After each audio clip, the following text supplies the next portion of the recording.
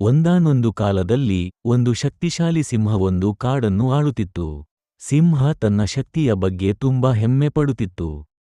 ತನ್ನ ಶಕ್ತಿಯನ್ನು ಇತರ ಪ್ರಾಣಿಗಳ ಮೇಲೆ ತೋರಿಸುತ್ತಿತ್ತು. ಒಂದು ದಿನ ಸಣ್ಣ ಇಲಿಯೊಂದು ಎಡವಿ ಸಿಂಹದ ಗುಹೆಯೊಳಗೆ ಬಿದ್ದುಬಿಟ್ಟಿತು. ಸಿಂಹ ಎಚ್ಚೆತ್ತು ತಕ್ಷಣ ಇಲಿಯನ್ನು ಹಿಡಿಯಿತು. ಇಲಿ ತನಗೇನು ಮಾಡಬೇಡ ಎಂದು ಸಿಂಹವನ್ನು ಪ್ರಾರ್ಥಿಸಿತು. ತನ್ನನ್ನು ಬಿಟ್ಟು ಬಿಟ್ಟರೆ ಆಪತ್ಕಾಲದಲ್ಲಿ ಸಹಾಯ ಮಾಡುವೆನೆಂದು ಭರವಸೆ ಕೊಟ್ಟಿತು.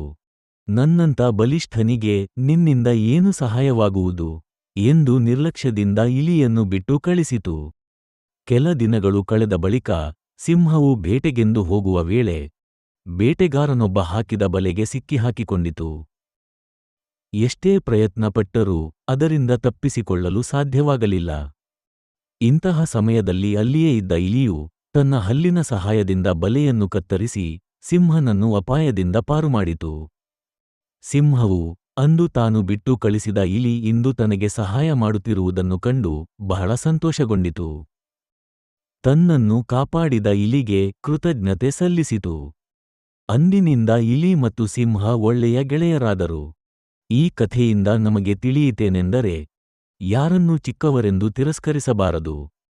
ಸಣ್ಣವರ ಸಹಾಯವು ಒಂದು ದಿನ ದೊಡ್ಡವರಿಗೂ ಉಪಕಾರವಾಗುತ್ತದೆ. ನೀವು ಈ ಕಥೆಯನ್ನು ಇಷ್ಟಪಟ್ಟಿದ್ದರೆ ಸಬ್ಸ್ಕ್ರೈಬ್ ಮಾಡಿ. ಮುಂದಿನ ಕಥೆಗಳಲ್ಲಿ ಮತ್ತೆ ಭೇಟಿಯಾಗೋಣ. ಧನ್ಯವಾದಗಳು.